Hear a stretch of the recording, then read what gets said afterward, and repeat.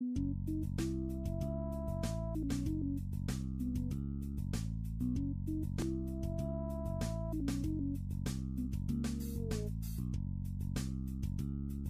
Europa y Estados Unidos los estudios de comunicación empezaron muchísimo antes que los estudios realizados en América Latina. La Escuela de Chicago, Frankfurt, Palo Alto, entre otras, habían creado teorías que sin duda venían funcionando bastante bien para las sociedades más poderosas del mundo.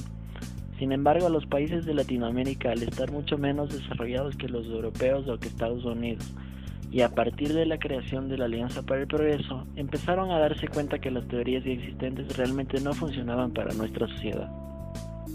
To our sister republics, south of our border, we offer a special pledge to convert our good words into good deeds, in a new alliance for progress, to assist free men and free governments in casting off the chains of poverty.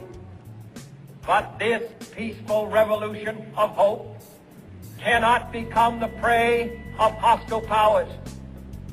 Let all our neighbors know that we shall join with them to oppose aggression or subversion anywhere in the Americas.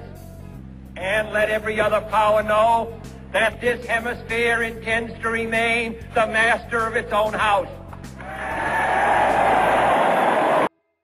No obstante, a pesar de lo dicho por John F. Kennedy, la Alianza para el Progreso no nos ayudó a avanzar como sociedad, sino que nos endeudó para con los Estados Unidos y terminaron siendo ellos los que progresaron, abusando de nuestros recursos y poca experiencia política, además de ser para ese entonces expertos en la comunicación.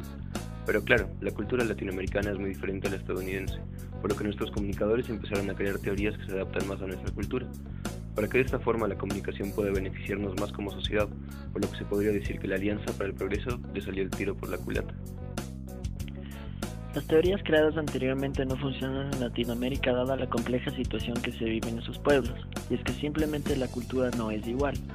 En países europeos las ciudades tienden a separar las distintas clases sociales, en centros de periferias, además de tener una ideología que muchas veces raya en lo positivista. No obstante, aquí en Latinoamérica podemos encontrar que hay lugares en los que a un lado de la acera tenemos majestuosos edificios y al otro barrios sumidos en la pobreza. Por esto y por la naturaleza insurgente y poco conformista del latino, las teorías creadas en América Latina tienen un enfoque crítico que centra su atención en tres elementos: comunicación, ideología y poder, lo que llevó a que se desarrollen las siguientes líneas temáticas. 1. Poner en un contexto mucho más amplio la comunicación, lo que lleva a analizarla desde una perspectiva más política y económica. 2. Investigar la estructura y concentración de los medios de comunicación y cómo esto afecta a la articulación en la economía global. 3. La presencia de ideologías en los medios de comunicación y cómo estos sirven para reproducir los discursos dominantes en el mundo. Sin embargo, no fue sino hasta los 70s que se pasó del diagnóstico crítico a la propuesta. Los dos puntos más importantes son la elaboración de políticas nacionales de comunicación y cultura. No solo se denuncia la monopolización de los medios de comunicación, sino que Latinoamérica empieza a pasar de mentalidad consumista de los medios y la cultura a tener la necesidad de organizarse y expresar sus ideales para así sumarse y participar en el uso de la comunicación. Comunicación alternativa. Cortar los hilos que marionetizan los elementos comunicacionales, es decir, se rebelan contra los medios de comunicación masivos para así llegar a una información sin máscaras ni prejuicios.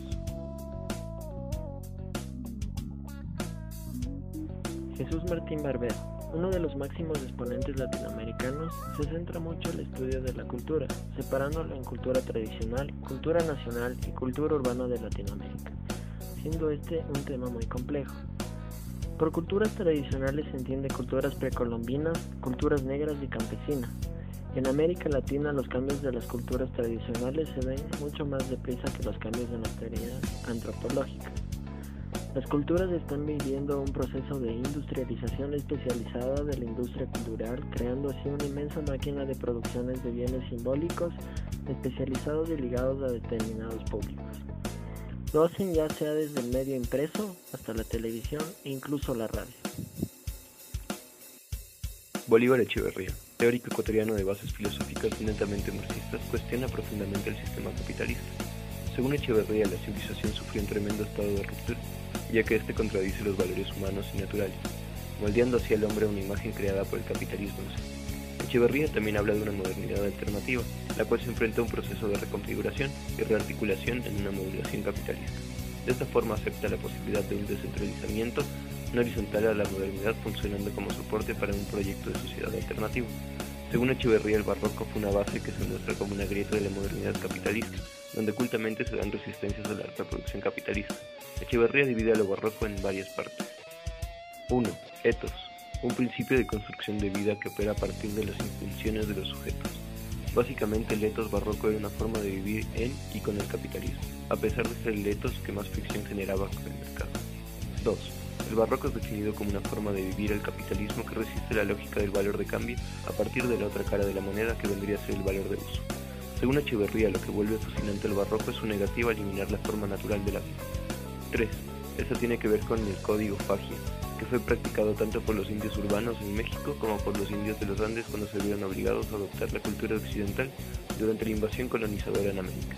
La modernidad alternativa está dentro de la modernidad capitalista, y lo significativo de esta es que no asume tajantemente el capitalismo, ofrece espacios de resistencia y escapa a este.